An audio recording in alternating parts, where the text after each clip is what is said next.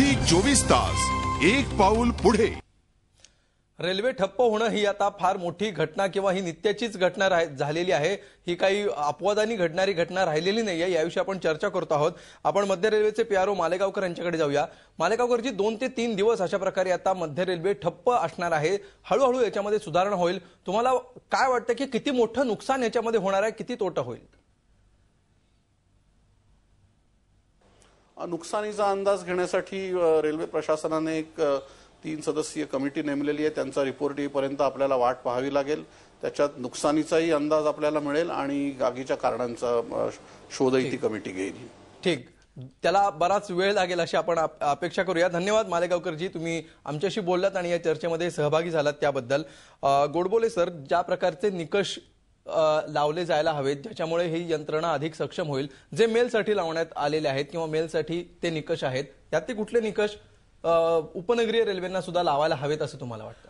उपनगरीय लावणं जरा डिफिकल्ट होऊ शकतं, पण ज्या उपनगरीय विभागावर जेव्हा एकदा मेल एक्सप्रेस येते तेव्हा लोकल अडकवून तिला जर प्रिफरन्स देता, एक चेन रिॲक्शन त्याच्यामध्ये होते की उपनगरीय गाडी 10 मिनिटं स्थानकावरून सुटली, लेट सुटली, शेवटपर्यंत लेट जाते। त्याच्या मागे 10 गाड्या परत लेट जातात। एक गाडी मेल गाडी वाचवण्याकरता की तुम्ही सगळ्या 15 गाड्या तुम्ही अडकवून ठेवता। बरोबर। जर हे रेल्वे प्रशासनाची जर ही पॉलिसी असेल की आम्ही जास्ती इंटरेस्टेड आहोत फक्त मेल एक्सप्रेस ट्रेन करता, तर ती चुकीची राहिलेली उपनगरी करता। मागे इकडे झालेले असे प्रकार की ज्याच्यामध्ये आंदोलनं झाली, लोक अरेस्ट झाले, लोक मेले काही, त्यावेळेला लोकांना म्हणजे गव्हर्नमेंटनी डिक्लेअर केलं होतं, पार्लमेंटमध्ये सेशन होतं की उपनगरीय सेक्शनमध्ये मेल एक्सप्रेस गाड्यांना प्रिफरन्स देऊ नये। नक्की, खूप महत्वाचा मुद्दा आहे। एका गाडीमुळे अनेक लोकल गाड्या लेट होतात आणि त्याच्यामुळे मग प्रवाशांचे हाल होतात। जोगदेवजी, तुम्ही काय सांगाल? आता इथून पुढच्या भविष्य काळामध्ये अशा घटना घडू नयेत किंवा त्या किमान कमी व्हाव्यात यासाठी काय करायला पाहिजे?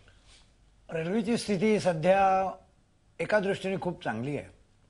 पैशाची कमतरता नाहीये, मॅनपॉवरची नाहीये, टेक्निकल टॅलेंटची नाहीये आणि मटेरियलची पण नाहीये। आता नव्या गाड्या येत आहेत। पूर्वीच्या ज्या 10 वर्षापूर्वीचा काळ घेतला तर जुन्या गाड्या, पैसे नाहीत, महामंडळ नाहीत, त्यामुळे रेल्वेवर खूप बंधन होती। आता मला वाटतं सुदैवाने चांगली परिस्थिती उत्पन्न झाली आहे। आता प्रश्न कुठे येतो? इम्प्लिमेंटेशन करायचा आणि योजना अगदी करायचा, या ठिकाणी कुठेतरी आपली रेल्वे मार खाती आहे। आज या दृष्टीने आता बघा, सिग्नल यंत्रणेविषयीचा एक प्रश्न आला। दिल्ली मेट्रोमध्ये कॅप सिग्नलिंग आलं बघा। आता हे कुर्ल्याची केबिन जळाली, पण तो प्रत्येक गाडीच्या डब्यात जर सिग्नल आले तर काही दिवसांनी या स्टेशनच्या बाजूला किंवा ट्रॅकवर सिग्नल असायची आवश्यकता राहणार नाही। अगदी डिजिटल टेक्नॉलॉजी येते, दिल्लीत येऊ शकते तर मुंबईत का नाही? आणि ती येऊ घातली आहे। आपल्या रेल्वेचे अधिकारी, यंत्रणा हे सगळं आणायला केपेबल आहेत, कारण RDSO किंवा याच्यामध्ये जे संशोधन चालतं त्या अधिकाऱ्यांचे प्रशिक्षण दिलं जातं। ठीक, त्यामुळे टेक्निकल टॅलेंट आपल्याकडे, केपेबिलिटी पण आहे, परंतु त्यांना वरनं जे कोऑर्डिनेशन मिळालं पाहिजे, ऍडमिनिस्ट्रेटिव्ह सपोर्ट पाहिजे। म्हणजे लालफित शाही जी आहे ती कमी झाली पाहिजे, त्यातून सुटका झाली की मग प्रवाशांची पण सुटकाच होईल। अगदी। शेलारजी, तुम्ही काय म्हणाल? भविष्य काळात काय करायला हवं? भविष्य काळात आजच्या घटनेपासून रेल्वे प्रशासनाने बोध घेतला पाहिजे, कारण ठाण्याला प्रवाशांनी हुल्लड केल्यानंतरच ठाण्यावरनं कर्जत कसारा गाड्या सोडल्या। येणाऱ्या वेळापत्रकात शक्यतो ठाण्यावरनच कर्जत कसाऱ्यासाठी गाड्या सोडण्याला प्राधान्य द्यायला पाहिजे रेल्वेने, म्हणजे गर्दीचं नियोजन आणि नियंत्रण याला ह्या गोष्टी पूरक ठरतील। आणि सुविधा वाढवण्याकडे रेल्वेचा कल असला पाहिजे, त्याच्यामुळे प्रवाशांचा राग शांत होईल। आम्ही काय पंचतारांकित सुविधा रेल्वेकडे मागत नाहीत, परंतु किमान सुविधा पण कल्याणच्या पुढच्या बऱ्याचशा स्थानकावर नाहीयेत। अगदी, एकदम ओपन आहे, एकदम ओपन आहे, तिथे प्लॅटफॉर्म तिकीट पण विकली जात नाही, कुणी कधी येतो कधीही जातो। तर ही परिस्थिती बदलण्याकडे रेल्वे प्रशासनानं गांभीर्यानं लक्ष दिलं पाहिजे। त्याच्यामध्ये रेल्वेचं नुकसान आहे आणि प्रवाशांना त्रास खूप भोगावा लागतो। नक्की, धन्यवाद या चर्चेमध्ये सहभागी झाल्याबद्दल तुम्हा तिघांचेही आणि कल्याणीचेही। आपण शेवटी पुन्हा एकदा बघूया, आम्ही जो रोखठोक प्रश्न विचारलेला होता, ज्या मध्य रेल्वेचं आपत्कालीन व्यवस्थापन फेल ठरलंय का, असा आमचा रोखठोक प्रश्न होता आणि काय कौल दिला आहे लोकांनी आपण बघूया.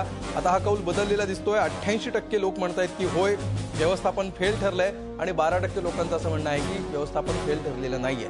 कदाचित ही चर्चा ऐकल्यानंतर वस्तुस्थिती लोकांच्या लक्षात आली असेल, त्यामुळे हा पोल जो आहे तो बदललेला आपल्याला बघायला मिळतोय. इथून पुढे आपण अपेक्षा एवढीच करूया की मध्य रेल्वे आता तरी यातून काहीतरी बोध घेईल आणि या घटना ज्या घटना अपवादाने घडणं अपेक्षित आहेत त्या अपवादानेच घडतील. ती रोजची बातमी होणार नाही एवढीच फक्त आपण मध्य रेल्वेकडून अपेक्षा करूया. नमस्कार. झी 24 तास एक पाऊल पुढे.